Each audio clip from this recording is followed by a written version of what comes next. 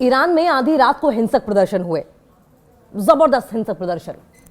गोलियां चली, तोड़फोड़ हुई, आगजनी की गई, इंटरनेट ठप हो गया। ट्रंप की धमकी के बाद एयरस्पेस तक बंद कर दिया गया।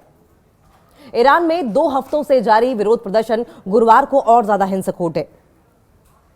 देश भर में इंटरनेट ठप कर दिया गया और टेलीफोन लाइनों को काट दिया गया।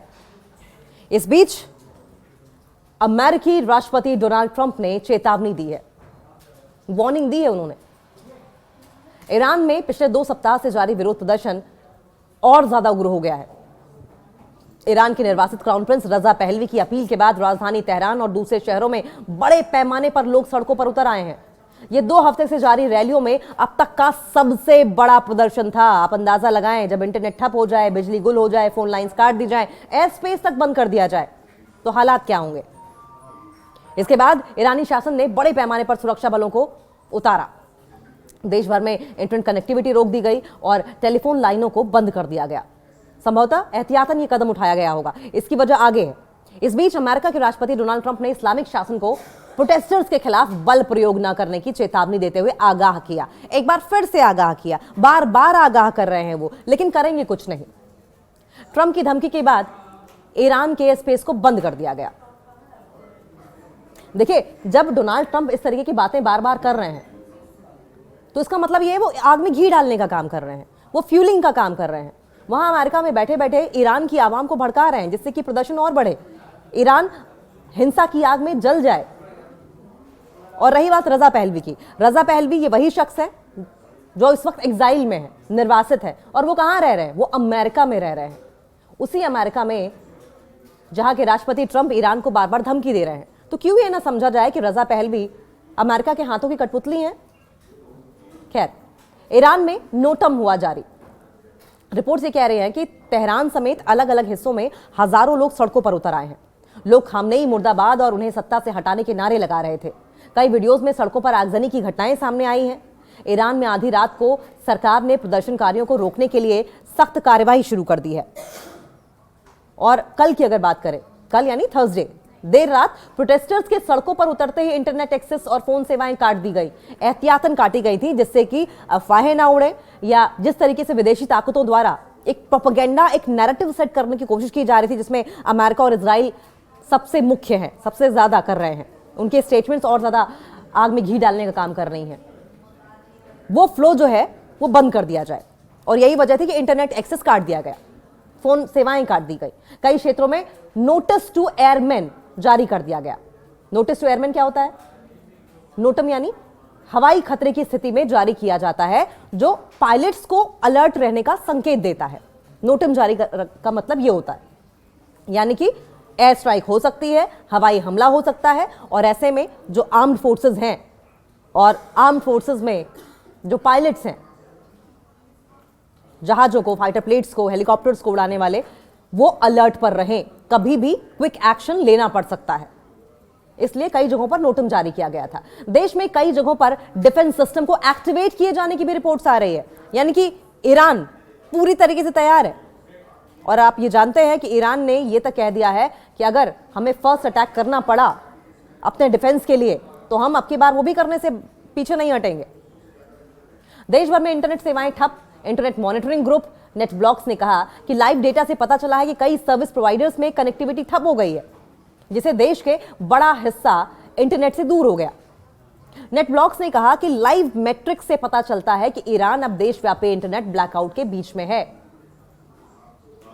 यह टर्म समझिए, ईरान अब कंट्री वाइड, देशव्यापी इंटरनेट ब्लैकआउट के बीच में है। और इंटरनेट ब्लैकआउट एक बहुत बड़े हथियार के तौर पर भी इस्तेमाल किया जा सकता है। और यही वजह थी कि इंटरनेट एक्सेस काट दिया गया, फोन सेवाएं काट दी गई। कई क्षेत्रों में नोटिस टू एयरमैन जारी कर दिया गया। नोटिस टू एयरमैन क्या होता है? नोटम यानी हवाई खतरे की स्थिति में जारी किया जाता है, जो पायलट्स को अलर्ट रहने का संकेत देता है। नोटम जारी का मतलब यह होता है, यानी कि एयर स्ट्राइक हो सकती है, हवाई हमला हो सकता है। और ऐसे में जो आर्म्ड फोर्सेस हैं और आर्म्ड फोर्सेस में जो पायलट्स हैं, जहाजों को, फाइटर प्लेट्स को, हेलीकॉप्टर्स को उड़ाने वाले, वो अलर्ट पर रहें।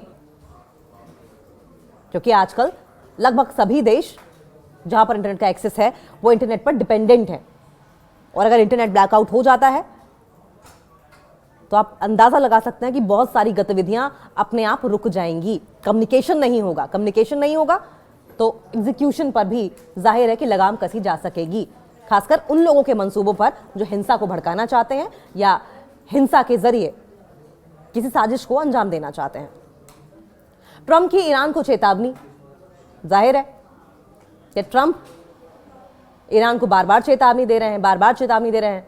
ये डोनाल्ड ट्रंप दरअसल चेतावनी देने, पीस प्रोसेस की बात करने, साथ साथ ट्रूथ सोशल पर 6 घंटे में 60 से ज्यादा पोस्ट किए जाने के लिए जाने जाते हैं।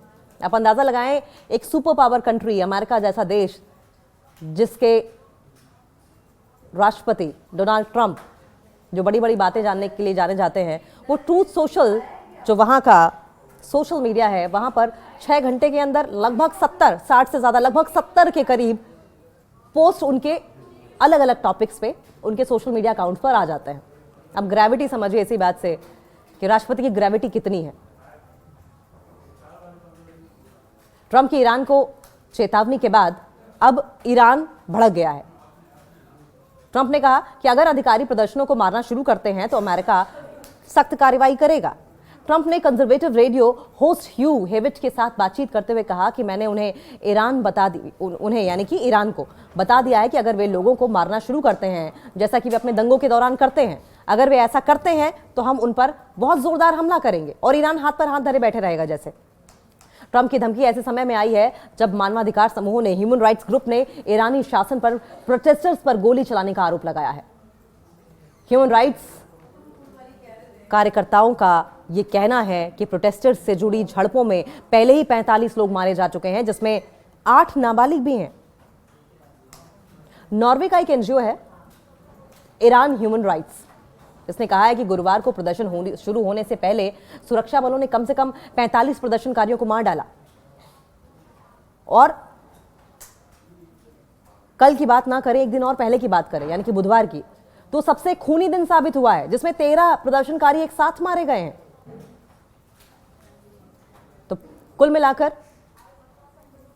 डोनाल्ड ट्रंप फ्यूलिंग का काम कर रहे हैं, boots on ground, troops on ground कभी उन्होंने नहीं उतारे, सिर्फ बाहर से रसद सामग्री मुहैया कराई, पैसे भेजे, वॉर स्टेटमेंट वॉर खेली और आग को भड़काया है। और ऐसे में ईरान की ओर से बहुत क्लियर कट कह दिया गया है कि अब की बार अगर जवाब दिया जाएगा ईरान की ओर से, अगर अमेरिका की ओर से कोई गलती हुई तो वो अमेरिका के इतिहास की आखिरी गलती होगी।